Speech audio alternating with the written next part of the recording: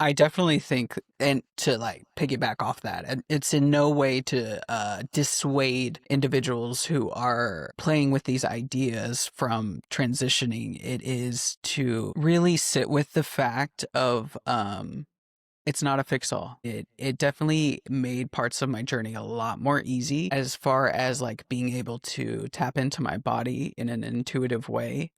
Um, and that's still a process, and it always will be a process. I always say, like, I'm a work in progress. Welcome to the Do You Feel Heard podcast, a production of Helping the Herd. Helping the Herd is committed to empowering individuals to liberate themselves from the patterns that keep them from creating their ideal life. If you like this podcast, visit helpingtheherd.com to find resources and personalized coaching to empower you to be your best self. Welcome, everyone, to the Do You Feel Heard podcast. I am your host, Ian Michael, and I have a very exciting special guest today, Max Hernandez. Welcome to the podcast. Hello, I'm happy to be here. Happy to have you here. So, where do we begin? I think let's start with maybe just a brief little intro about yourself, how you came to be here with me today, and yeah, we'll dive in. Well, I am an artist out of the Midwest of America, and I go by the name of Max or a mood dude on various social platforms. But one of the names that I used to go by is Gabby. And with that being said, I'm a trans individual. I've been on hormones for just over 9 years. And it's been a little bit of a harrowing journey, but one that I have accepted reluctantly, but very willingly. Um, but besides that, I think I finally found a place in my life where I found like stability in creative expression, art, writing, the psyche, and yeah, that's a little bit about me. Cool. Yeah, thanks for sharing. And I'm glad that you, of course, touched on one of the, subjects that I'm wanting to dive into with you today, which is the subject of being trans and your experience with that. And I think, like we talked about before, sorry, I've got this congestion thing and I'm really trying to get it out of my lungs, or rather my body is trying to get it out of my lungs. And so I apologize for all the listeners and to you if I don't cough completely off mic. But when I breathe in, I can feel it coming. And so I've got to get it out. Anyway. And so, like we were talking about before we press the record button, this segment, the Know Your Neighbor segment, is really rooted in helping to bring understanding and maybe dispel some beliefs, some you know misconceptions that we have about people based on a very small amount of information we may have about a large group or subgroup of people. And so one of them that I see a lot of assumptions made about and judgments, holy smokes, lots of judgments being placed on is people in the trans community. And I myself, I mean, to be honest, I don't have a large group of people that I've been able to have real intimate conversations about who are trans. And so even though I may not, want to do this, I'm sure a part of my human brain is making, assumptions or conclusions to some degree about trans people without really knowing that I am. And so this is also selfishly, this segment's about me too, because I genuinely want to get to know as much as I can about people to avoid that trap of thinking I know something about someone. I genuinely love that perspective because it's something I actually heard you say in one of your previous podcasts, and I will butcher it, but it's something along the lines of awareness is the first step to Change. change. Ah, yes. And I think it's part of the human condition to be resistant to the things that we don't understand. Mm-hmm. But when we create that awareness, we can start to get curious about those things. And like, I love that that's what you're doing with this Know Your Neighbor segment, because there's so many perspectives out there. There's so many like beliefs and those have their own truths. But if we start to question the truths that we think are truths, then there's so much um, capability for change in the future and for us to ultimately grow closer because it we can look at our culture and just feel like the division and it's like what do you do in this space? Well, like you're out here doing it. And this is my role in doing that too, is just kind of like dispelling these preconceived notions of what trans people are because there's a cacophony of trans individuals and the ways that each individual person shows up is wildly different. So Absolutely. I'm going to be so different from a trans person that you know or a trans person that they know and the difference even between male to female and then female to male is, I mean, we could go and talk about that too, because that's just the different the different challenges that male to females go through in a world that is exceedingly rigid around masculinity standards. I have been in trans groups and felt into those experiences, and I want to give light to that and honor the fact that I am just one experience of many. Yeah, beautifully said. And yeah, I just want to, piggyback on that, the cacophony of, diverse trans people. The same is, I mean, the same could be said about any group of people, right? Hmm. With the white people, there's so many different, like, and we're not all just one thing with black people. Like, it's just each person is so unique, and they're not going to fit in the same box as any other one person, no matter how hard you try to cram them into it. If you go deep enough to understand them, they will have very significant differences than the next person. And so, I think it is honestly like a level of respect to show someone to not make that assumption and instead be curious to really understand that one individual, and how they choose to show up and engage with others. I think is really the least that we can do, humanity wise. Like, just give everybody the opportunity to present themselves as they want to, rather than kind of deciding for them who they are.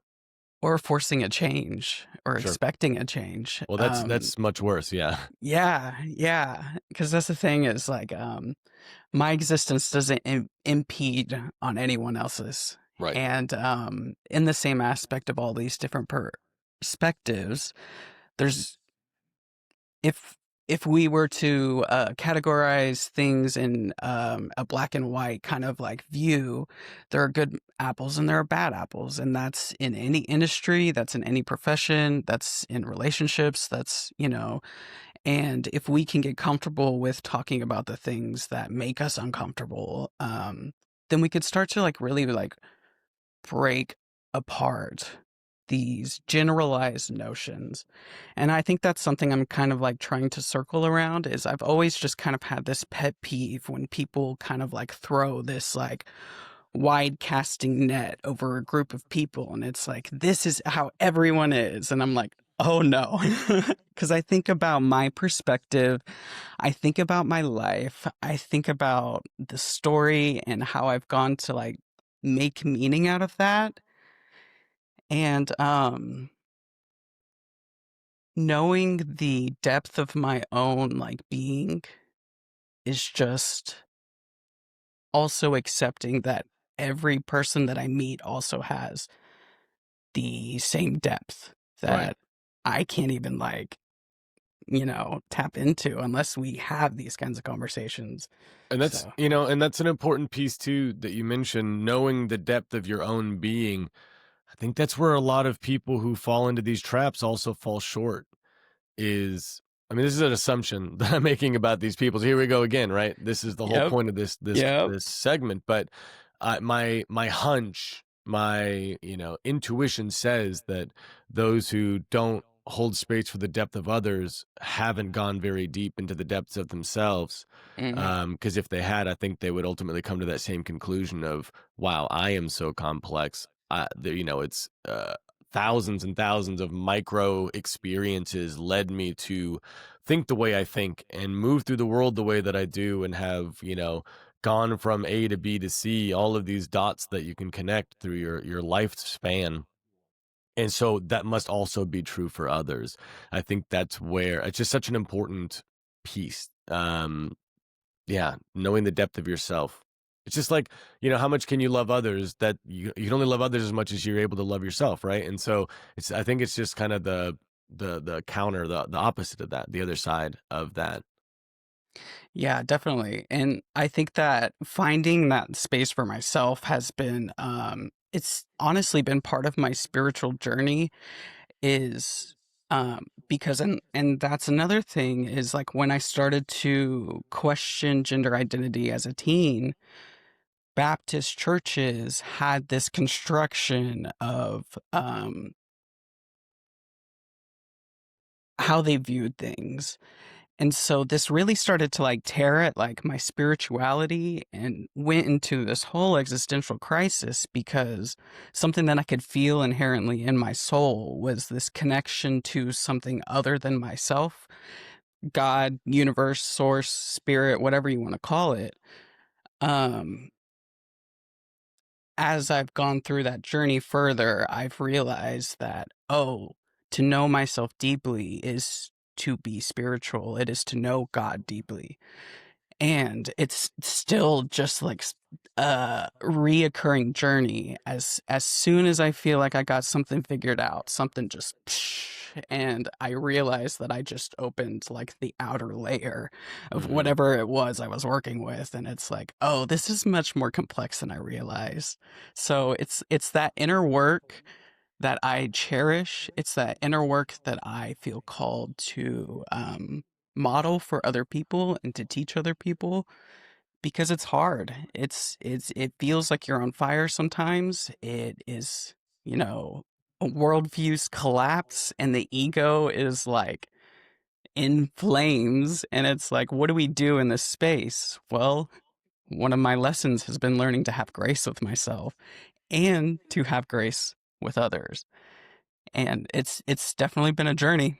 It's definitely been a journey. And I'm thankful to not be transitioning in 2025 or just starting a transition in 2025 because when I started in 2015, the world was very ignorant to trans people. Bathroom debates were just starting to happen, which made public restrooms an uncomfortable space Mhm. to exist in. Because you feel a lot of aggression, you feel a lot of something I think about is with dogs. A dog that is more capable, more apt to bite you is an anxious dog. And so if you're interacting with someone who's anxious because they don't understand you, does that mean like you are in danger to some degree? And so being a trans man in the beginning, I was going into bathrooms still exhibiting a lot of feminine characteristics. And so you quickly learn where all of the single stall public restrooms are in town Mm. just for your own safety. And I don't know if that's something that, cis people or people who match their biological like gender really like think about is the sympathetic fight or flight response that happens just existing, just going to the bathroom. I mean, I think I could speak on behalf of many people who would fall into that category and say, absolutely, Please. they're not aware of that. I aren't, we're not, that's not something that, it's similar to like, it's just something that I think in our experiences we can take for granted. Another example that always comes up for me when this type of conversation comes up is like most men don't think twice about just walking down the street. It's nighttime, maybe, and there's a lot going on. We're not I don't think most men are like, "Ooh, do I need to be careful if somebody's following me? Do I need to worry about getting into my car?" Like, if I go to a bar and I get a drink, am I worried about somebody putting something in it? Most of the time, that doesn't really cross my mind or our minds, and this is conversations that I've had with other other people. So I can say the we. I'm not speaking for all, but many. It's just not something that crosses our mind because it's not something we have to deal with, or it's not a real, like a live threat that we acknowledge as a threat. It may still be a threat. There's different reasons why you might be worried in the middle of the night walking to your car, not for the same reason that a woman might be worried about walking to their car. There's just different threats for different Yes. people, and if it's not a threat for you, I don't think that it's something that's being considered or that anyone is aware of, because it's not their threat to be aware of, if that makes sense. Yeah, absolutely. And like I think something that the collective consciousness is trying to digest right now is the men's cis men's collective wound of like loneliness, of not feeling that you're able to express your emotions without feeling like someone's needing to change that or be like, oh, it's going to be okay. Like sometimes we just need to be angry. And in like the culture that we're in, sometimes that's like really like dispelled or like pushed away because of generations before us and their programming and their like operating systems. And so I think it's something that, they don't have to worry about the things that um a woman might have to worry about walking down a dark street, but they're also like dealing with their own threat, which is their own like s- emotional health. And just knowing how much of a core tenet my own emotional health is, like I want these people to feel comfortable like communicating the things that are hard. And that's like giving space to that too, because we're all fighting our own battles. We're all consumed in our own worlds. But I mean, if we can open it up, not only if we can open up our perceptions, not only are we understanding other people's perspectives, but we're also like understanding ourselves more. We're learning to have grace with ourselves more because we let people in. And like that's huge. That's where like real healing is, when we can connect with our like community and the people around us. Because if you start to think about how humans instinctually came to be in a primal sense, to be cast out from your tribe meant almost certain death, because you don't, it takes a village. And I think we still kind of have those social programmings within our systems. Well, I think it might even be deeper. I think it's like biological. Yeah, I think it has, I mean, less to definitely. do with the society and more to do with the fact that we as human beings need connection. We Yeah. need to be interacting with others. Like, I don't think we could. Like, I don't think it's healthy for, let me think about, in like prison systems being put in solitary. Like, it's effectually the same thing. Being, you know, um ousted from society or from your village or from your community or from people in general will drive you crazy. It's not healthy for us to be isolated like that. And so I think there's a lot of layers to the desire to fit in and like be accepted, and yeah, and we see that play out in so many different ways in our society too, especially politics is a big one where it's just like, I may not align with this, but I don't want to be on the other side because then my side's not going to accept me. And so I need to maybe compromise certain areas of my values so that at least this other, because it's so much more important to be included for some people, for many people. To most of my anxiety and frustration does come from like political systems and headlines, and that's the Yeah. thing is you got to have your self-care. You Mm. gotta, you can't just I tell my grandma the same thing. I was like, you need to change your algorithm, like you're gonna drive yourself crazy, like. Yeah, it And doesn't help either that like everything is politicized. Like everything has yes, become like nothing. There's no debate or disputes or views on things that haven't become political. yes, Which makes it really difficult when, like, as a society, so many people are like, "Well, I don't want to get political.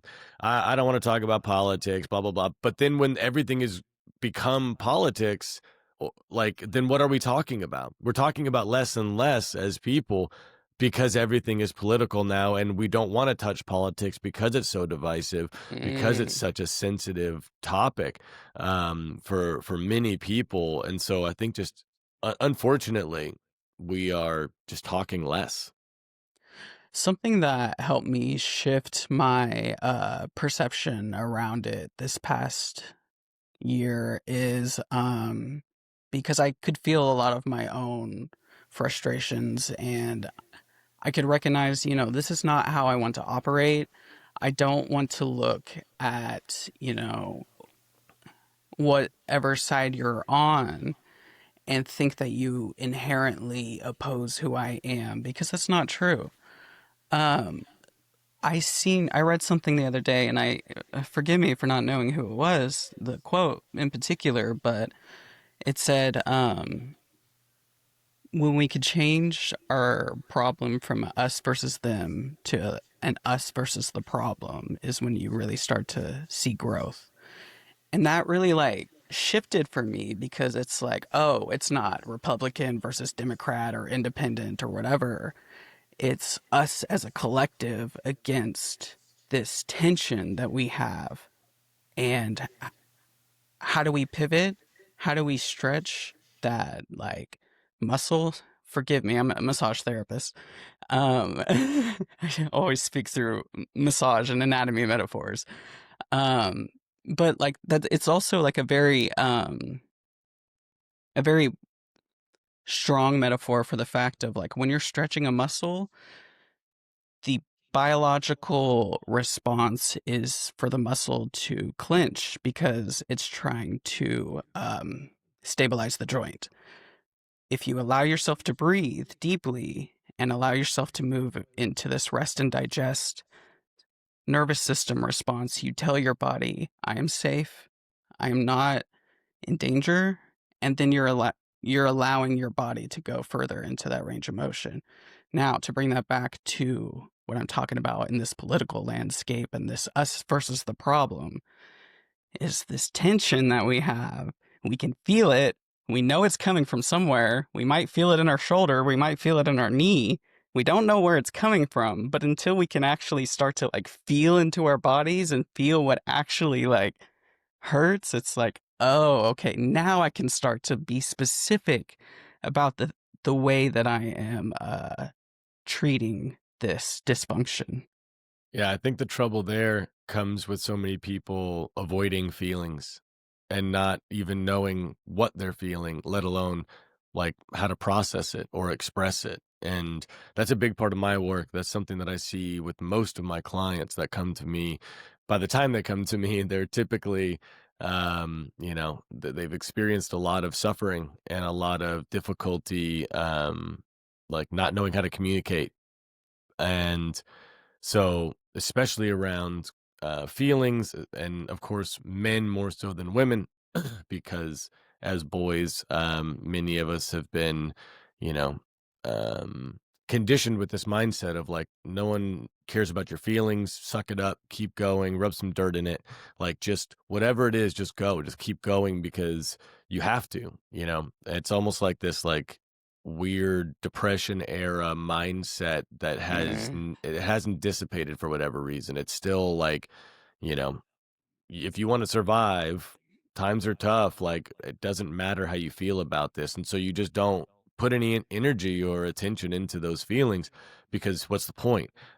But the point is that if you don't do that, like you are going to be projecting these feelings outward inadvertently, not on Mhm. purpose. You're just the things are going to have to go somewhere. I mean, you want to get deep into science here. Like energy doesn't ever die. Energy goes on forever.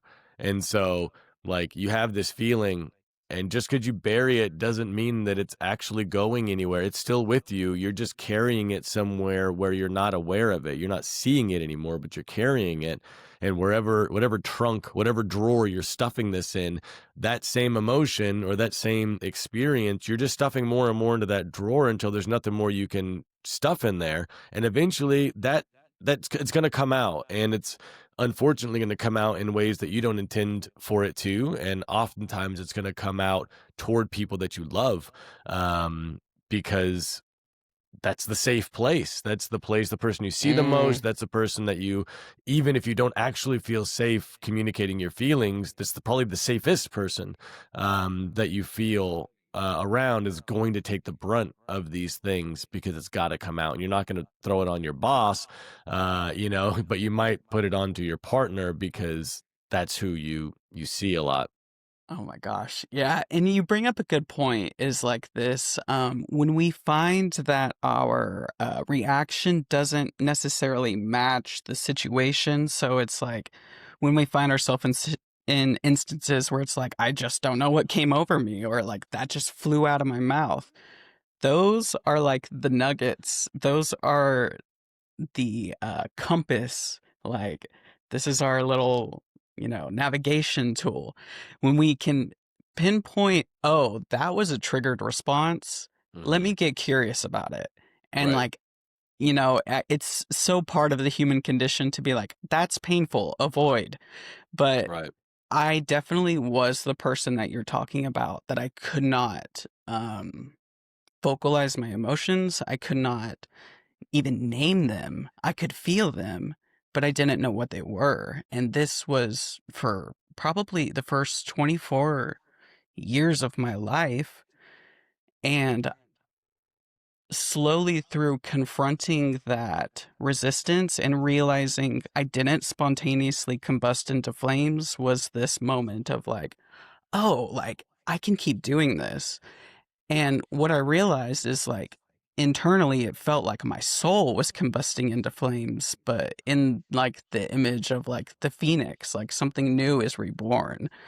And it's just like confronting the things that are like difficult. And I just am really like focused on this symbol of like rebirth. And so that's either like as like a butterfly or an acorn. And like, Sarah tattooed this acorn on me. And it's just like such a deep symbolic like thing for me. And so it's something I've always been confronting the chaos in my life because I don't know if I'm just like strive for chaos, but it's much more beneficial to actively participate in my life versus just be at the mercy of everything around me in a Hmm. reactionary state because Right. that's no way to live. No, yeah. I mean, you really hit it on the nose right there at the end. You know, it's scary to take responsibility for all of the things happening to you. But if you don't, then that means everyone else is responsible for it, which means you aren't like someone else is deciding your experience for you. And the beauty in that is if you acknowledge, yes, I have co-created, at the very least co-created everything that's happened in my life, that means I also get to co-create everything that's going to happen to me in the future. So you get to choose, are you in control, which means you were in control then, and so you're responsible for everything that's happened, but you also get to be responsible for your future. Or was none of it your fault, it's everybody else's fault, but now everything that's going to happen to you in the future is also not your fault either. So like, how do you really want to live? And it's scary. It's scary to look at yourself honestly and be like, Oh damn, I yeah. did do that, or I did contribute to that, or this isn't all this other person's fault. It's scary, but it's also so liberating. It's so empowering to Yes. be like, yes, I did do that, but that means I'm in control. I get to say what happens going forward. I can take real accountability, radical accountability for Mm. myself and what happens in my life. So I love that we ended there on that talk there. That was just, yeah, love that. That's such a big, profound thing that I think it's couldn't be repeated enough. It's hard to wrap your mind around too. So all of the Yeah. different ways that it can be said, say it. Hmm. Hmm. Absolutely. All right. So let's get into it. Let's All do right. it. I wanna start with your like your upbringing, your childhood. Um w- cr- what I understand is you are a trans man, meaning that you were born a biological female Hmm. and have transitioned to being a male. That's right? Hmm. Okay, Yes. so I heard you mention Gabby. Yes. Is that what you were what you were referred to for your childhood? Yeah, that was my nickname. My full legal name, and I don't know if this is too much information, but Yeah, you I don't have to think give the it, whole full legal name. I mean, just well, I think it stands for to speak to my Hispanic heritage okay, of this like thing of like my full name has 31 letters in it. okay, And well, my old name. Um and I have recently started to like reclaim and move away from using dead name, which okay. is what a lot I of was gonna bring that up. yeah, Yeah. yeah, that's what a lot of trans individuals use, and by all means do that. But for me, it started to feel like, oh, this part of me is dead. And so it felt like me burying that part of myself. But to go back into what we talked about earlier, all of those experiences that Gabby, or my birth name Gabriella, felt was what went on to inform who Max is today. So yeah, I was born in January in '95, and my legal name is Gabriella Hernandez, and I knew myself as Gabby for 19 years of my life, and I started to confront it, the gender identity aspect of it, whenever that culture started to pop up on YouTube, and I started to witness other individuals going through their trans process and feeling something deeply within me that was like, I want that, but not being able to really like label it. And at that time I was about 15 years old, and I had talked to my partner at the time, and she had said, um, I don't know if I could be with you if that's something that you pursue. So And you were so it was, 15. yeah. You were 15. You were dating a woman. Yes. Okay. Yes. So you were 15, you were dating a woman, you saw things on YouTube, stories, footage where people were transitioning, um, and you said you want that. I want to dig into that. What do you mean? What about that did you want? I think, you know, it's not something that I've actively reflected on, but feeling into that experience now, something that it feels like is that I seen somebody actively in pursuit of who they were. And one of the ways that they were doing that was through their gender identity. Now, I always like, I was always known as a tomboy growing up, and like had no problem being that. But this is the point where I was like, well, maybe it's not just tomboy, like maybe it's boy.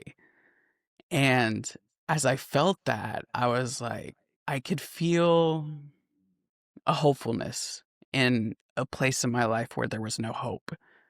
And What do you mean by that? A place there was no hope. I grew up in I grew up in a home. I'm the oldest of six kids, so a lot of responsibility fell on me.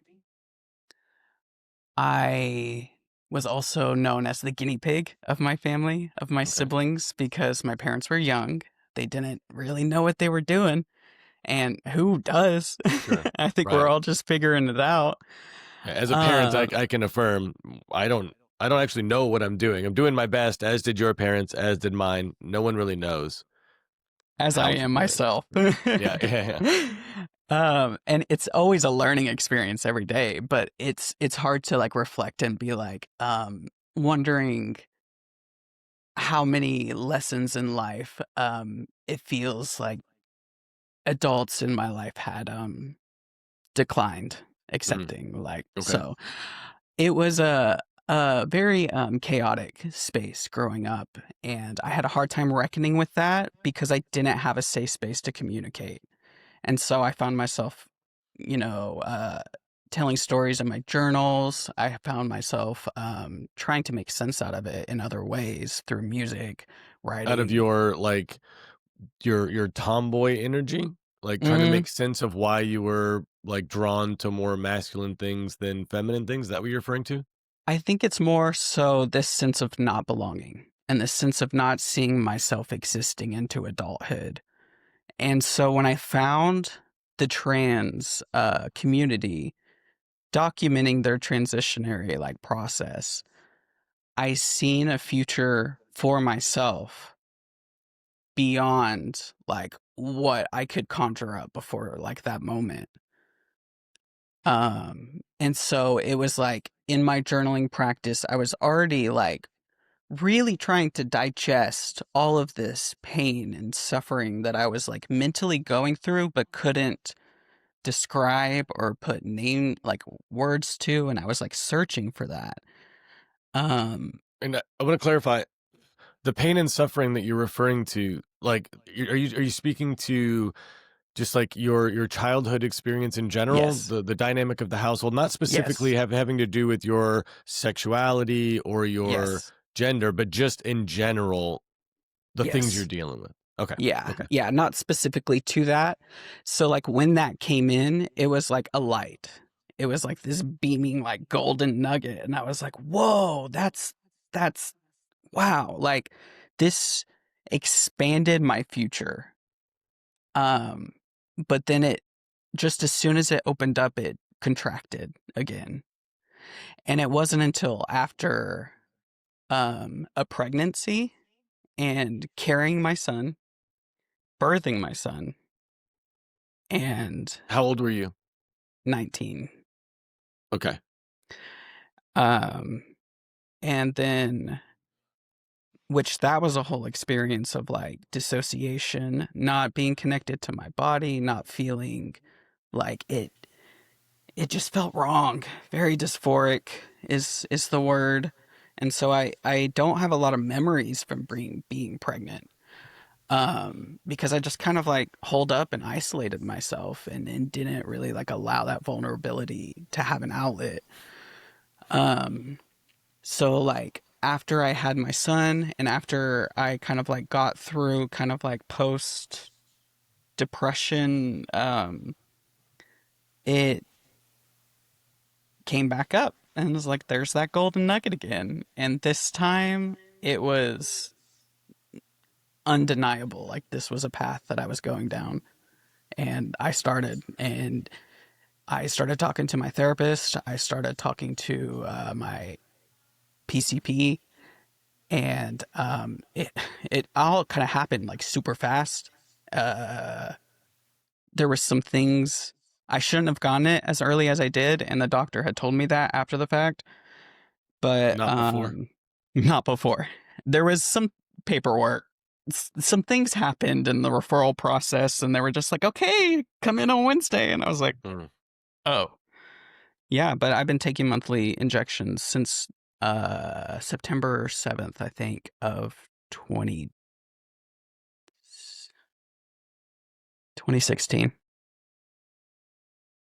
So first, thank you for sharing all of that. I have lots of questions. So we started talking about when you were 15, you were dating a woman, and then we flash forward to 19, and you're Yeah. pregnant with a boy. And so, tell me a little bit more about that. So, like, you're 15, and there's like almost like this light or this opportunity of like, oh, belonging and like being able to be authentically, expressive. That's here. That's an opportunity over here. um, while you're dating a woman, but then you said it expanded, but then it closed. So what happened? How did you go from 15 dating women to pregnant at 19?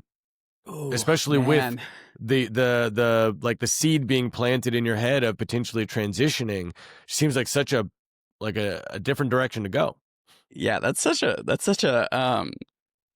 jump. Yeah.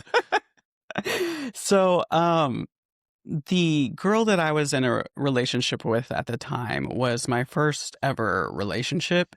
It was the first time that I had ever kissed anyone, and it was also like we were friends beforehand and we were both straight beforehand, but two girls, and it just kind of like was this like whirlwind of emotions. And we were together for 2 years, and like somewhere in that 2 year period was this thing of like I went to her and I was like, this is something I feel like I want to do. And she said, I don't know if I could be with you if that's the case. Now, me in my teenage mind, this was the first place that I ever felt safe.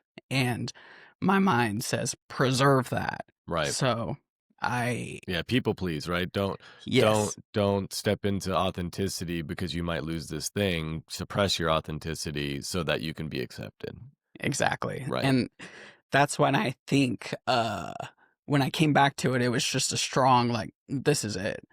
But to kind of like go back and kind of like make some sense out of this like gap is after that relationship, I was very much so lost. I was very much so um coping through a lot of escapism, addictive behaviors, and I think that looks a myriad of ways, but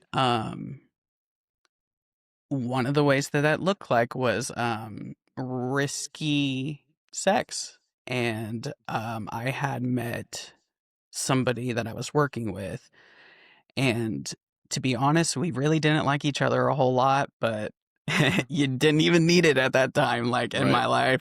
So yeah, it became a very tumultuous kind of like interaction. I wouldn't even really call it a relationship. We only really knew each other for like 2 months. And I wouldn't consider myself sexuality wise, like before I would have considered myself a lesbian.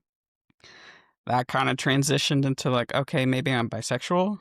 And then that kind of transitioned as my transition furthered into like, I just love people. And it's just not like um rigid in that. Mhm. Now, at this point, I'm married, and very happily so, to a non-binary person. So, like, we kind of we love non-conforming to traditional standards. I'd like to say, Mhm. Same. yeah, We have different ways of doing that, but I'm with you, and I support nonconformity. I support not fitting in to any molds. Absolutely. So, okay. So, what I'm hearing is that your discovery of self, like that journey, mm, went from being attracted to women to then maybe it's women and men to it's I'm just attracted to people that I'm attracted to, and it's not yeah, that important to me what category they would fall under. It's the person that I'm into, not so much, you know, anything else that you might classify them as. yeah. Because I think like the more we just kind of like sit with our relationships, we we're souls, we're energy. Hmm. And it doesn't matter like what appendage or hole you got. I'm sorry, but it's one of those things that's like people are people, and I see souls, I see like psyches, I see a person's spirit, and those are the things that like make me fall in love with people, not Hmm. body parts. Cool. Yeah, I'm with that. I hope everyone that's listening can get with that. I think that's pretty. reasonable sentiment And it's um not for everyone either. right, Like right, you're so like willing to have the things that you have a preference for. right, right. And I like in my mind, I have this like almost like again, I've lived in Arkansas for a decade now, and so like especially when I'm podcasting about things that are a little more progressive, I have this like ignorant, you know, uh, southern voice that's like, Yep. well, if it doesn't matter, like, then why not just do what everyone else is doing? And it's like, yeah, but on the other side of it is, if it doesn't matter, then why do what everyone else is doing? I, Yeah. that's the nonconformist in me is like, if it doesn't matter, then it doesn't matter, right? Like, anyway, so like, I love that. I Yeah. love that, like, you are exploring the depths of people, not the surface of people, right? And the surface is the appendage or what the way that, with their long hairs or whatever, how they present themselves is so shallow compared to the depths of their being and their experiences and their soul, their source energy within them that makes them incredibly more unique than anything that you could see visibly. Yeah. And I think it goes to show how much we value the persona and how we Mm, value how we choose to show up in the world. right. And that could be Our our choice of perceptions. clothes, you know. It Yeah. it could be what we choose to post on social media or share on social media. Hmm. These are things like we inherently value. And yeah, I think what you say is like really like reflective of that also. Yeah. Um and it honors that because these are things that naturally exist within us. Yeah. I agree. So, um, the word that you used earlier, which is a word that I think I'd like clarity on, is queer. Mm. So, would you consider the the fact that you aren't drawn to any one specific, presentation of gender from another person? Would you consider that to be queer?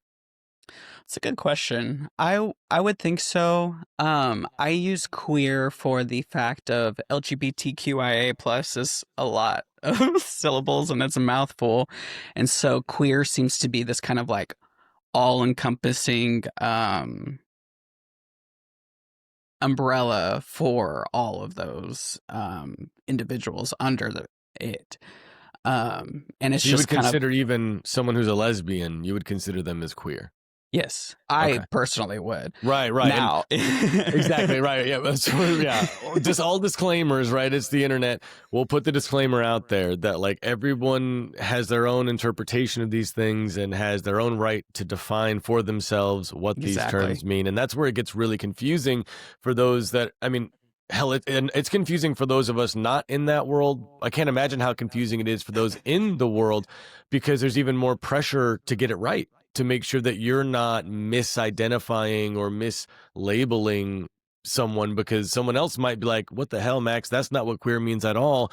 And it's Yeah. like, okay, but that's your interpretation of it. And so with this time in history, despite the fact that like you're saying, you witnessed this transition process, this opportunity to transition when you were in your mid-teens. You were born in 95, so that's what, 2010? 2010 is when you were Yeah. exposed to that. And Yeah. so like it's been around since then, and yet it still very much feels like the Wild West where people are making things up as they go. We're still figuring it out. It's not set, it's not determined. And so I think that Mm. adds another layer of complexity and almost like pressure to be in Yeah. that world and be very mindful, like not to, hurt someone else with your interpretation of what something is. Yes. I think you're speaking to a lot of like the uncomfort around people outside of this like queer space, like Mhm. feel is like I don't want to hurt someone unintentionally by just saying, "Oh, hey, like, ma'am, please," or, Right. and it's like, how can I like be up to date on everything? Because even myself, as a trans individual who's not so like heavily into like algorithms and like social media space in that way, it's I'm consistently having to update my knowledge, my vocabulary, my terms, my language. And I want to kind of like take the pressure off of people of like, you don't have to know, you don't have to understand. The thing that I would like to like reframe in the mind is saying like, oh, like I apologize. I'm so sorry. Like I had no clue. And maybe even approaching situations where if you're unsure, because some individuals, it's the way that we present ourselves. Like you can ask, what are your pronouns?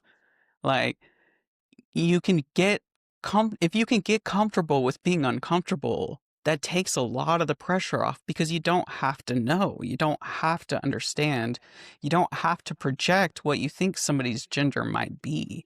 You just allow people to show up as themselves and then Right. either listen for someone else to use a pronoun or ask, or some people just avoid using pronouns or using Right. gender neutral for the sake of like fear. Well, I think it's also, I mean, for me, Respect too. speaking for myself, it's just respect. It's just like Yeah. I'd rather be more ambiguous with the, the words that I'm using if I'm not 100% sure how somebody wants to be, perceived in that aspect of themselves. And I think it's the for me, the most respectful thing you can do is just not even go there. Like, I would sooner not use any pronoun at all than like confront them with, well, what are you calling yourself, essentially? Like, that feels to me Yeah. like a little intrusive. Like, maybe Yes. they don't feel like talking about that. Maybe that's none of my freaking business, Yes. like, at all, what they do with their time or how they spend their life. And if the dynamic is, I'm trying to get something wrung out at the grocery store, it does not matter what that cashier's personal life is. Like, why you don't even need to go into it. Why does it even matter to me what they do in their free time? They're just a human, doing their thing right now. And so, like, why even go there? Is my personal like approach, especially if it's not someone I know. Like, if it's not like a if it's more intimate, maybe like if you're at my house and we're doing like a dinner, a friendsgiving, or a game night or something, I might come up because I'm going to be interacting with you Yes. directly over the night. I'm going to need to know, like, oh, pass the cards to him. No, pass the cards to her. I don't, you know what I mean? Like, I'm going to Right. need to know that in that situation. But unless it's that, I really don't see why it's all that important to even bring it into the interaction. And that was a question that I was going to pose to you on like the other side of things. The different perspective of being a cis individual is like, does our knowledge of a person's gender change the way that we interact with them? And it's an interesting thought process to kind of like think of if That's a good we question. play with like the genders of like people we care about, or for example, the cashier, like would the way that I interact with this person change? And if so, why? I mean, and there's no shame there. It's just I one of mean, those things that it is. I make less fart jokes around girls. Like, that's a reality. Like, I don't like if I'm around the guys and we're just hanging out, I might let a fart rip. Whereas if I'm around a bunch of women, I'm probably not, right? And we can get into the depths of that, right? The programming of what's polite and what's acceptable around this person versus that person. And I think, and it's a crude example. I apologize for anybody who has issues with flatulence. It's a biological function and everyone does it, so chill out. But uh like we all have our own programming, right? We all learn from our environment as children what's modeled for us, and we're just soaking all of that in, and we're also learning based on what's actually told to us by our family and friends and those around us. And so, like, everyone has a different way of moving through the world based on those things. And then, of course, your lived experiences as an adult and whatnot. But as far as like what's acceptable and like what's the right thing to do around other genders, most of that you learn very young. And so, but I think inherently everyone interacts differently. I can't say everyone. Many people, most people are going to interact differently around different people Hmm. for any number of reasons. And so, um, I think the answer is yes, we will, but the why is so incredibly Complex differing. and Yeah. nuanced, and Hmm. the deeper you go, the deeper it's like, oh, this is like some generational stuff. Right. Yeah. In many cases, absolutely. Yeah. And something I want to like preface it with this is I worked in a kitchen for 12 years before I transitioned into massage therapy 2 years ago. And that was moving from a very much male dominated, fire centric space into a very slow, kind of more like feminine space. I am the only male among my coworkers. Now, like with that being said, I was expecting to go into this space being a lot more mindful about my choice of words. Let me tell you right now, some of these girls, some of these girls that I've met in my life are some of the most raunchy. So they will rip one and not think twice about it. Now, with that being said, there's so many like nuances to like to the ways, and it goes so much like beyond gender. It also like touches into like the way this that we attune to our parents, because it's another one of those things. If you haven't like worked with those wounds, like we start to like project a lot of residual somatic energies into that. And it's like going back to that like compass is like let's look for our triggers and like the things that um let's look for the tension. Let's look Yeah, for the absolutely. tension. I think the through line through all of it it comes down to safety. Do you feel Yes. safe to I keep using this example, but do you feel safe to fart around this person or do you Yes. not? It might not have to do with gender at all. I mean, do you feel safe letting one rip in front of your grandmother? Maybe not, right? Like, where do you feel safe really expressing yourself? And, if you feel safe, then you probably are going to express yourself more than if you don't. Yes. And so, yeah, whether it's around men or around women or whatever, like, clearly if your coworkers are feeling safe doing that around you, that says something about their how they see you, how they feel Yeah. when they're around you. And um yeah, I think that's the through line more so is this: how safe do you feel? Is there a way, like, because you've talked a little bit about being mindful going into situations, not being too intrusive in situations, but Yeah. is there ways that occur to you otherwise to create safe space for people, regardless of gender, regardless of side, but in this topic in particular? How do you make people feel more safe having these kinds of conversations? Because I know that's a lot of like your modality of working with people is communications and Hmm. interpersonal relationships. And I've seen members of my community be estranged from their families, or be no contact with their parents, or no contact with like siblings because of who they choose to be. But also, whenever we're advocating for ourselves and we find resistance that is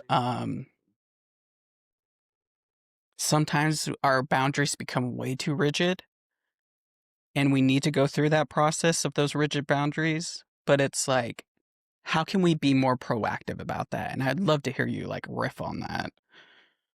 Yeah, so can you rephrase the question like concisely? Just hit me Yes. with the question so I can. How can we as two different individuals create a safe space for people to have conversations around this whole trans identity um tension in the collective? Did that hit a So little bit better? yeah, that's good. No, yeah, that's Okay. good. I want to make sure that I answer it Okay. as best I can. So of course this is my my opinion. Um but I think the first thing that's important to acknowledge is the fear that a lot of people carry simply because of the landscape that's being presented to people via the media. So Mm, when I see things on my feed, and on my feed, I think is a little bit more soft and welcoming of people than a lot of feeds out there. But there's a lot of it's controversial. It's a hot button. It's something that, there's a lot of reactivity just kind of baked in to the topic. And so I think that it's first important to acknowledge that there's a level of like hesitancy. There's a level of like not feeling like I should touch it at all, like I should go anywhere near it because it might be volatile. It might be an explosive reaction if I don't get it right. Um, and so I think acknowledging that right off the bat is important. Just to let's accept that that is true. Um, and there's confusion and there's just so much going on there. oh And so yeah. I think for me, the one of the best ways to creating a safe place to be able to have honest, genuine discussions. Like a welcoming space. Right. I think a big part of it is just taking making their creating less pressure, and I think a lot of the pressure can be put on by like how big of a deal it is that this person identifies in a certain way. Mm, If it's really important that you know that I'm this, then I might be like, okay, well, I'm gonna make sure I don't mess this up because it's clearly a big deal, right? Whereas like for obviously as a straight white man, like it's not that big of a deal to talk about that. It's not. Who right. cares? Like, okay, like you want to talk about that? Sure, let's talk about it. Like, it's not a big deal at all. And so I think inherently there's safety there because no, it's not a big deal. Nobody's on there like walking on eggshells asking me about my marriage to a woman. You know what I mean? Like, no one's going to be like, hey, so what's it like? What's it like being married to a woman? You know what I mean? Like, that's not common. Whereas if the role was reversed and somebody wanted to ask you about your marriage to many people wouldn't even know how to refer to them, Oh right? A yeah, I get a lot non-binary of person. questions. So like I think that taking the pressure off, I think, is the best way to create that safety, making it less of a tense situation so that way it can just be a conversation. And I don't know necessarily the how, right? I don't have the recipe to create the less of a pressure filled situation, but I think the way I move through the world is I don't understand why it's such a big deal, why it's something everybody has to talk about. Like it's not none of my business what you do. And if we're friends and you want to, open up to me about a certain aspect of your personal life, I'm available to hear about that and be honored to learn that about you. But I don't need to know that about everyone because there's so much more to the person than who they share a bed with or what clothes they choose to wear or how they style their hair. Like that's so like we talked about earlier, it's so surface level. That for me, as a person who loves depth though, I do really like intimacy. I want an intimate interaction with as many people as I can have. But like it's just not that big of a deal. So I've never really cared. I've never put that much energy into it. But in society, I do see a big emphasis on it. Like it's for many people, their identity, their entire identity is I am this thing. And it's like, okay, like Right. I'd hope there's more, right? And I think the more is more important to me than that aspect. Did that answer your question? Yes, yes, and it's what I'm struggling with now is all of the threads that came up, and it's like, which one do I start tugging on? Yeah, Um, I I think that from the trans side of things, I think you speak to something I haven't had the chance to is that different individuals have different standards for what they expect the people around them to I agree. conform to. So some trans individuals will only respond to their proper pronouns, will only respond to their proper name, and this creates a lot of pressure. This doesn't allow space for people to mess up. because that's the thing is like, when's the last time you got something right on the first try and then Yeah. sustained that? People are going to mess up. And like coming from the trans side of things, and one of the reasons why I'm very, very grateful to not actively be transitioning in the culture that we're in today, because I feel like it would have been a lot more difficult to do so, because of how much of like that, those headlines and those like Mm. those things that get engagement, like those are really destabilizing if you subject yourself to it constantly. So for the trans individuals, like please give yourself some grace and please give yourself some space to like not be consuming that kind of media. But And also hopefully give like, others grace too. Just yes, give that's what I grace. was gonna say. Yeah. I was like, Okay. that's what I was gonna say Yeah. is like, you know, no one gets things right on the first try. And those that do, like, God bless them because, like, it's not easy. And when you're also trying to understand the nuances behind what that person is going through internally, what they're going through physically, I encourage trans individuals to encourage curiosity. So people ask me questions all the time, very like personal questions, and some of them I'm not comfortable with answering because of like the personal nature of it. And then Hmm. but most of it I'm more than willing to. But it's one of those things you kind of have that filter in the background of your mind of, is this a safe space to be communicating these things? And if it's not, how am I going to then respond to that? Because I think that's where I struggle is like when I get in front of someone who inherently is opposed to me, um, my only response is to get curious about that perspective because I know it comes from somewhere. Hmm. Um, but in the same time, I'm having to kind of like um, drill instructor in my brains, like, okay, like I want to hit this, I want to hit this, I want to hit this, and I'm gonna tell the. It's just like, no, let's chill, let's have some grace, and let's like hold some space for the people who are still acclimating. Yeah. So I had writing a little note here.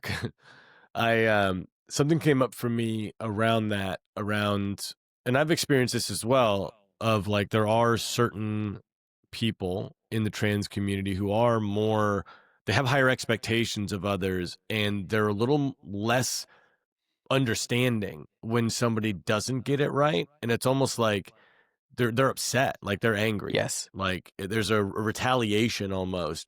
And I yes, think above all else, that is the number one thing to address as a community to create safety outside of the community is be understanding and give grace to those, and don't assume malintent. Like, don't assume that they're misidentifying you on purpose because they have a, some sort of judgment that they're casting. They might genuinely just not know. It might be a genuine mistake. And if you respond with that mentality of, oh, they didn't mean that, you can then, correct them. And then if they're still rude about it, well, then there you go. Now you have your answer. yes. But one thing that stands out to me, I don't remember a lot. I didn't keep a lot from my retail management career. But one of the things that I won't ever lose is that people, a bad experience, a person who has a bad experience in a store, for instance, is going to tell 7 people, whereas a person who has a good experience might tell one. Yeah. And so, and that might, statistic might be misquoted, but the sentiment is the same, that when someone has a bad experience, it's far more impactful and is going to stick with them more than the good experience, and they're gonna talk about it. And so if people in the trans community are having these bad experiences with people who are outside of the community, the word is going to spread faster about that Uh, experience than the good experience is going to uh-huh, spread, right? And so uh-huh. just understanding that. And if your goal, and this is where it's so important, what's your goal here? Is your goal to not fit in, but like coexist in harmony? Then how do you reach that goal? Is it by being confrontational and rude when people get it wrong, or is it being the loving, compassionate people who are like, hey, I understand you didn't get it right, I love you anyway. This is actually how I prefer to be communicated to. And everyone has bad days and no one's going to be that way all Yes. the time. But if that's the energy that the community is bringing forward, I think that that's going to be the best thing that you can do to create a safe place to coexist with others, because we're removing that hostile nature that everyone's afraid of receiving, or being on the other side of.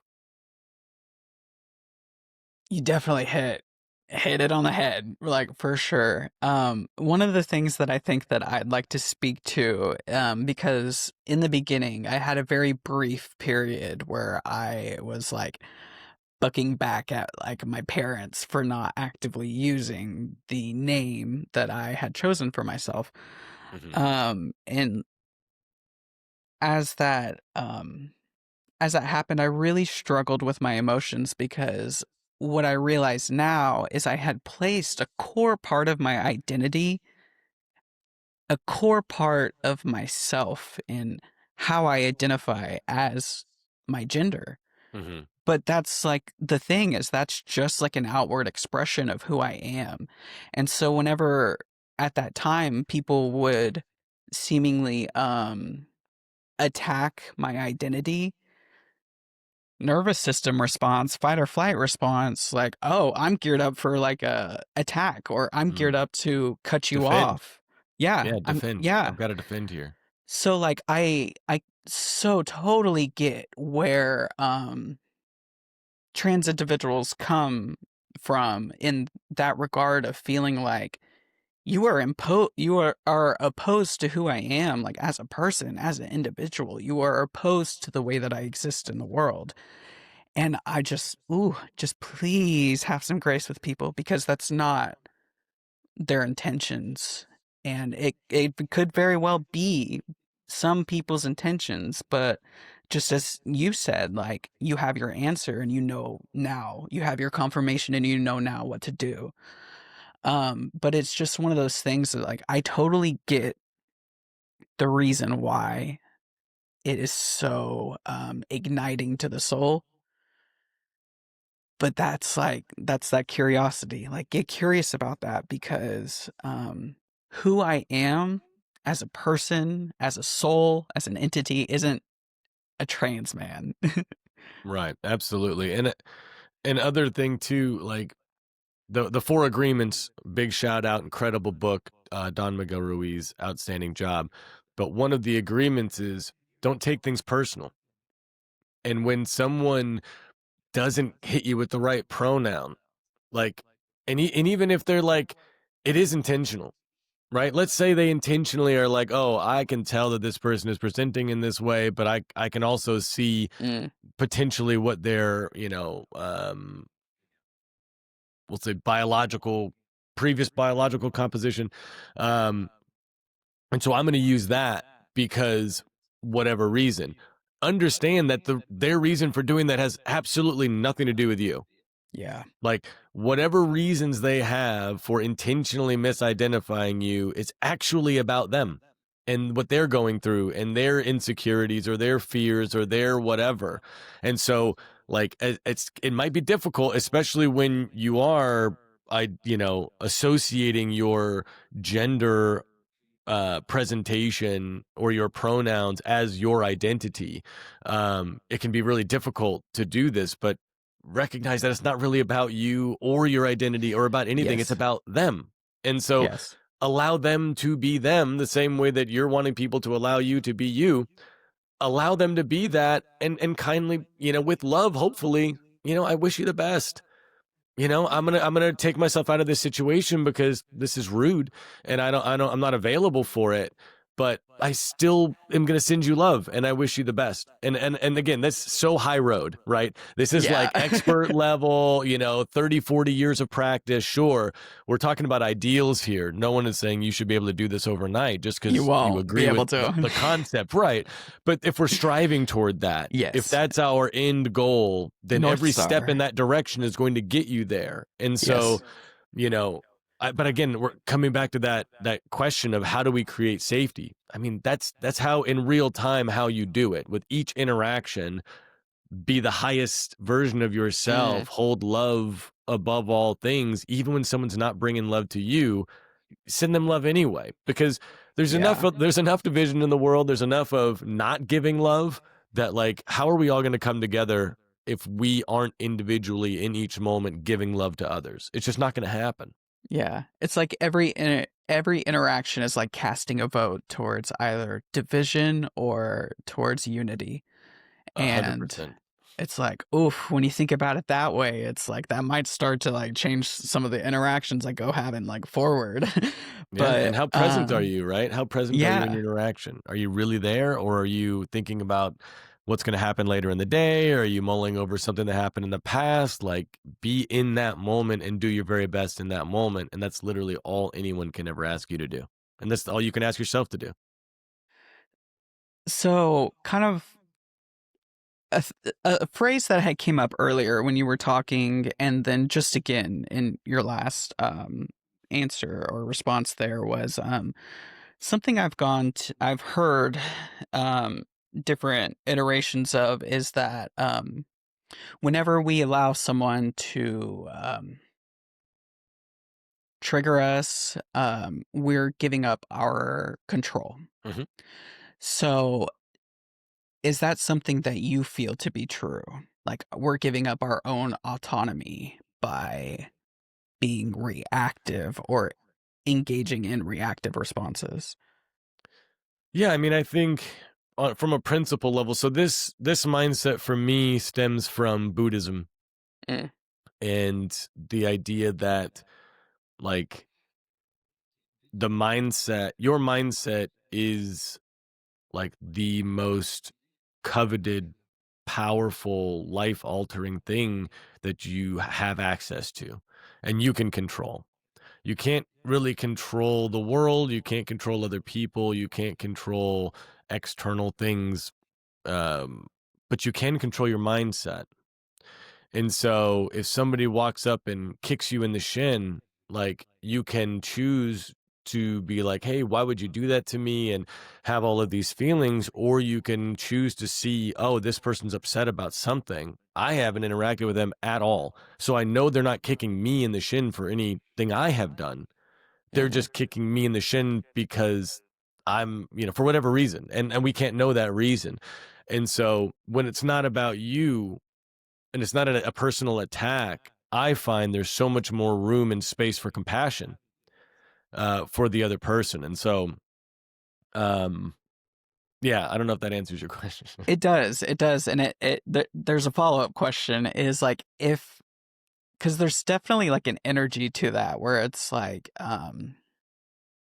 presence and it like this like oh I haven't even like interacted with this person yet I'm getting this response. Could you give like 1 to 2 words of what you would anchor into like um w- in that energy? Like are we anchoring into mindset? Are we anchoring into self, higher self? I think ultimately acceptance. Okay. I think and again, more Buddhism here, but like Mhm. suffering is rooted in an inability to accept what is. Ooh, Suffering yeah. is rooted in an inability to accept what is. And so when someone doesn't accept you or your outward presentation in this what we're talking about here, Yeah. like feelings are coming up because we don't want it to be that way. We're really upset that this is happening. And so the mind and the your patterns and your programs, they're going to kick in all of these different desperate things to try to change what's happening. Well, if I do this, maybe I'll convince them, or maybe I'll do this, or maybe I just won't talk to them at all, and then that'll show them. But like all these patterns aren't actually getting you the what you want, which I'm assuming here what you want. But if what you want is connection, if you're wanting acceptance, if you're wanting love, your reactions are not going to get you that. Your cutting them off isn't going to get you that. Those are ultimately ways that they're subtle ways to try to get people to change or Yes. get them to understand what they've done is wrong, rather than what I think would be the higher reaction, or the higher choice would be to accept them as they are in that moment, love them for who they are in that moment, and also don't take it personally. It's not really about you. But if you make it about you, and you had talked about, I think the first question, the way you phrased it was like, are we giving up power? And this comes back to what we were talking about earlier. Like, are you co-creating this? Do you have a say in this? Are you, contributing to this interaction? If so, then you are responsible to some degree for what's happening. Or is everything the other person's fault and therefore you are a victim and now you don't have power because they're deciding for you what's happening to you? I think it ties back into that. So are we inviting people to co-create with us when we step into reactionary spaces? Like, does that make sense? Does that Yeah. question? Yeah. Yeah. I So mean, it's like, yeah. I would argue that everyone we interact with is are co-creators, but right. Well, I agree. But you yes. have to accept that. That's what I'm Yes. saying. The lack of acceptance, though, Yes. like, Yes. they're co-creating, yes, but it's so common in our language, especially at this 2025. It's so common for there to be this, well, they did this to me, this person's bad for this, and they, but it's like, but what about you?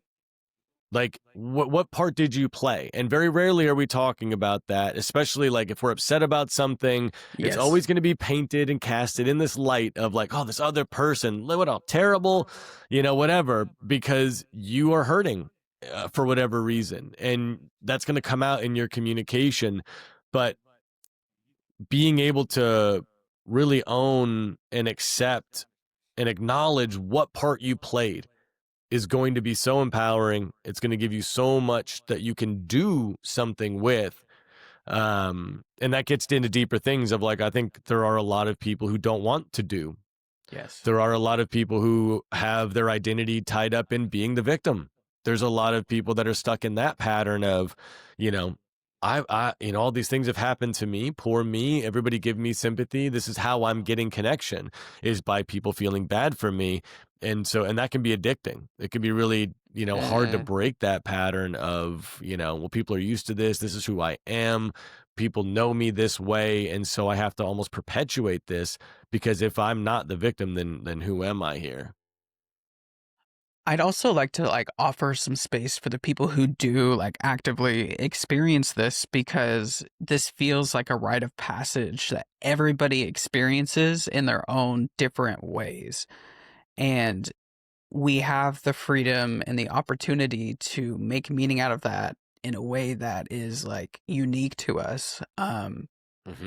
One of the things that I did kind of want to go back and touch on is I approached my transitionary process and journey thinking unconsciously, subconsciously, that the process would be the answer to suffering. Hmm. It was not. It um The it process of transitioning. yes. Yes. So it made the vehicle, the vessel, a space that I could tap into much more easily. But then it was like, oh, I have to do the work now. And it Right. was through doing the work and through confronting those things and learning oh, this is uncomfortable. First of all, second of all, um, learning how to be preferenceless, and that's something that one of my buddies had talked about years ago, and pulling from Eastern religions is, I might prefer that this person use my proper pronouns, but that is inherently me wanting to change the way that person shows up in the world and wanting to change that person as they are coming to me. And I always see opportunities to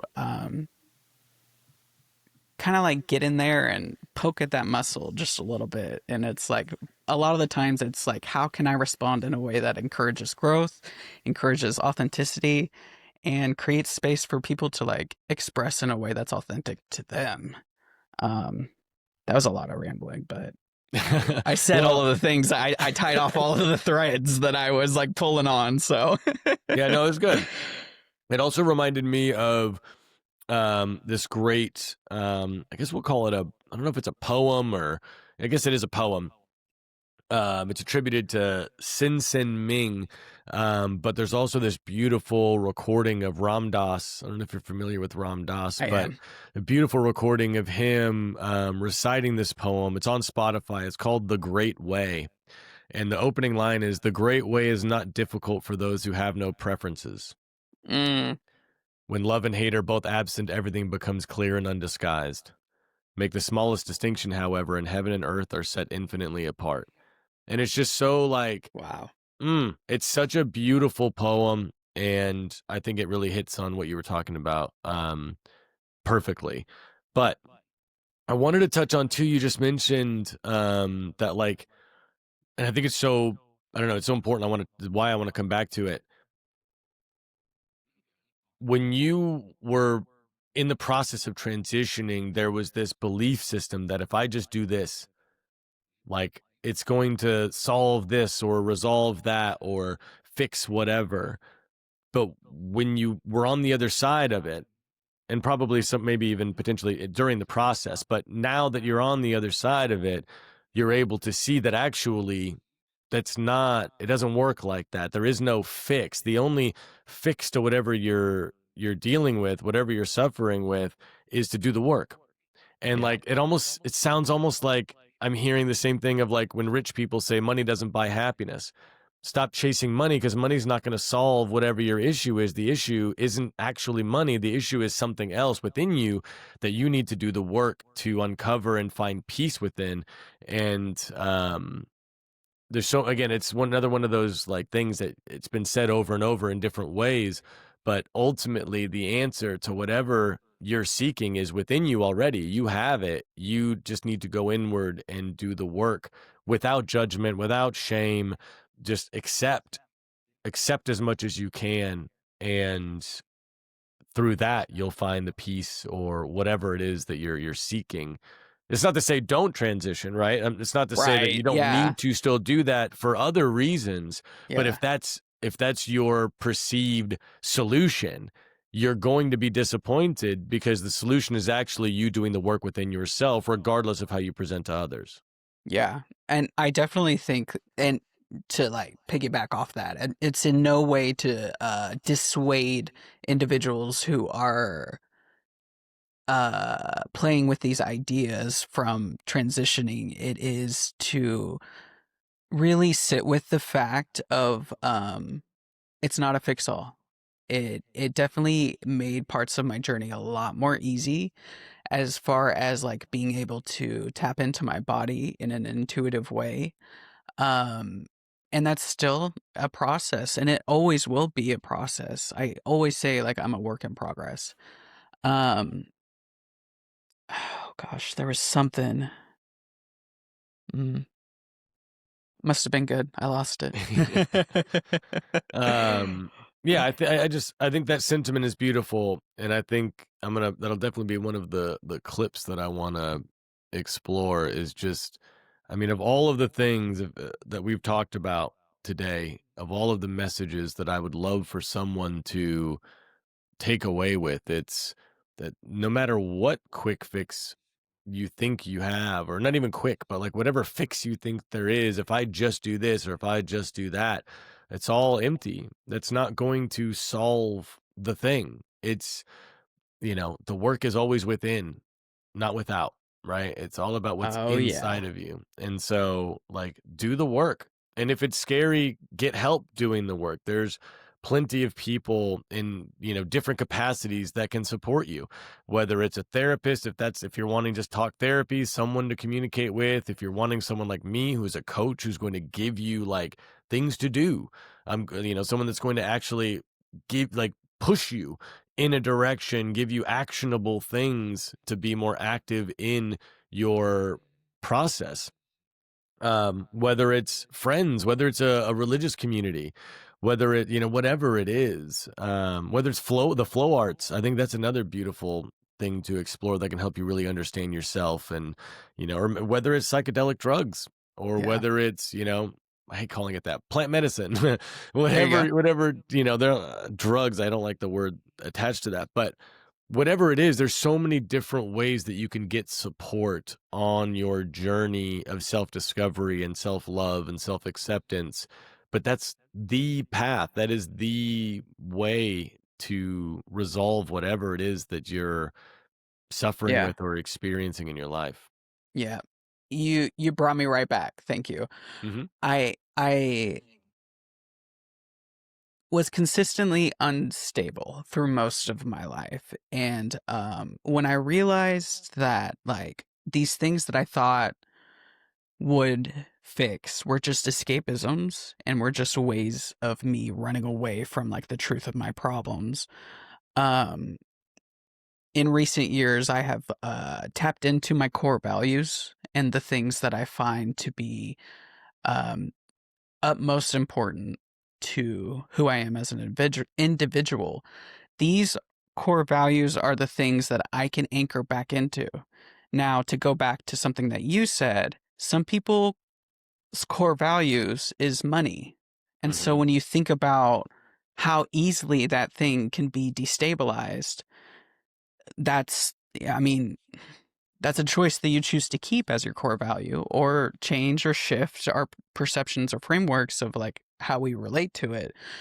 But a lot of like my core values wrap around like faith, wrap around inner harmony, wrap around community. And it's going back to earlier in our conversation, community and having a space that we feel that we can belong to is where we find connection. It's where we find healing. It's where we find ourselves more deeply because we feel safe enough to be able to show up.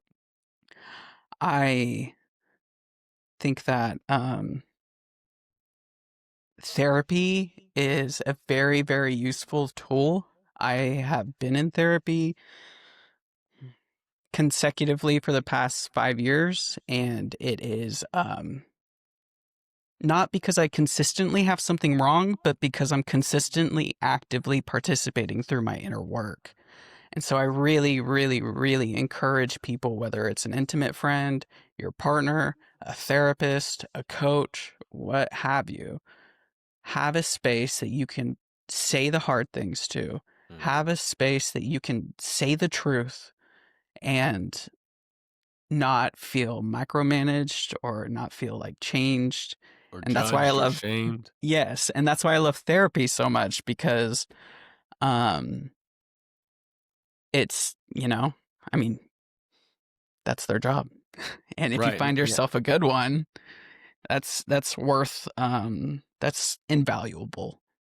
Yeah, no, I agree. Find someone that you feel safe speaking truth to, because until you find that truth, you're not going to be, I don't know, able to do the things that you're really seeking, Yeah. right? And If you're it's not like, if you're not able to say how it is, then you can't fix what is, right? yeah. You're not going to be able to actually address it because you're not able to name it. Yeah.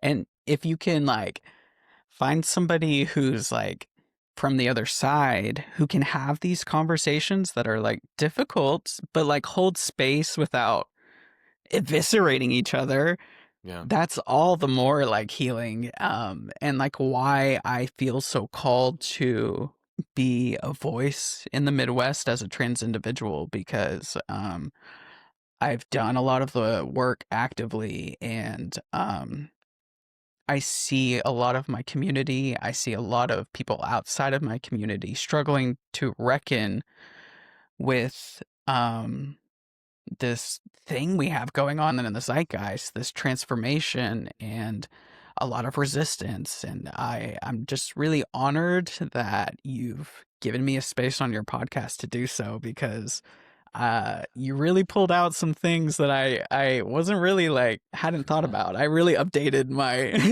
download like software on this call for sure.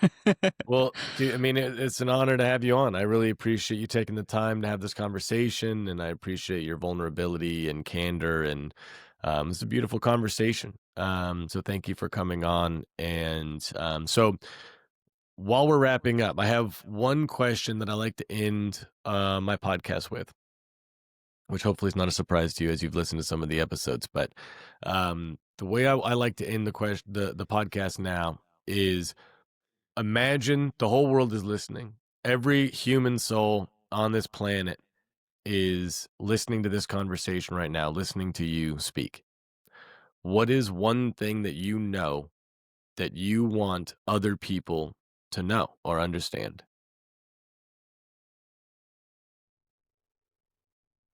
You know, I knew this question was coming, but I didn't think about it beforehand. The only thing that comes up is feels so cliche, but there are cliches for a reason. And what I would want the world to know is that you are love and you have the capacity to be loved no matter what. And that's sometimes hard to believe, but if you just keep flirting with the uncomfortable thing, and you'll start to discover like love's always been there, and sometimes we just don't know what that looks like. Beautiful. Beautifully said. Thank Thank you, you. Max Hernandez. Thank you for coming on. Thank you for the conversation. Thank you, listeners. As always, if you have any questions, if you have any, if we want Max back, you have any questions, happy to answer them when he comes back. And yeah, thank you all for tuning in. Thanks, Max. Thank you. This has been the Do You Feel Heard podcast. If you're interested in resources that will help you move through conflict, you can go to doyoufeelheard.com, where we have tools for individuals and couples.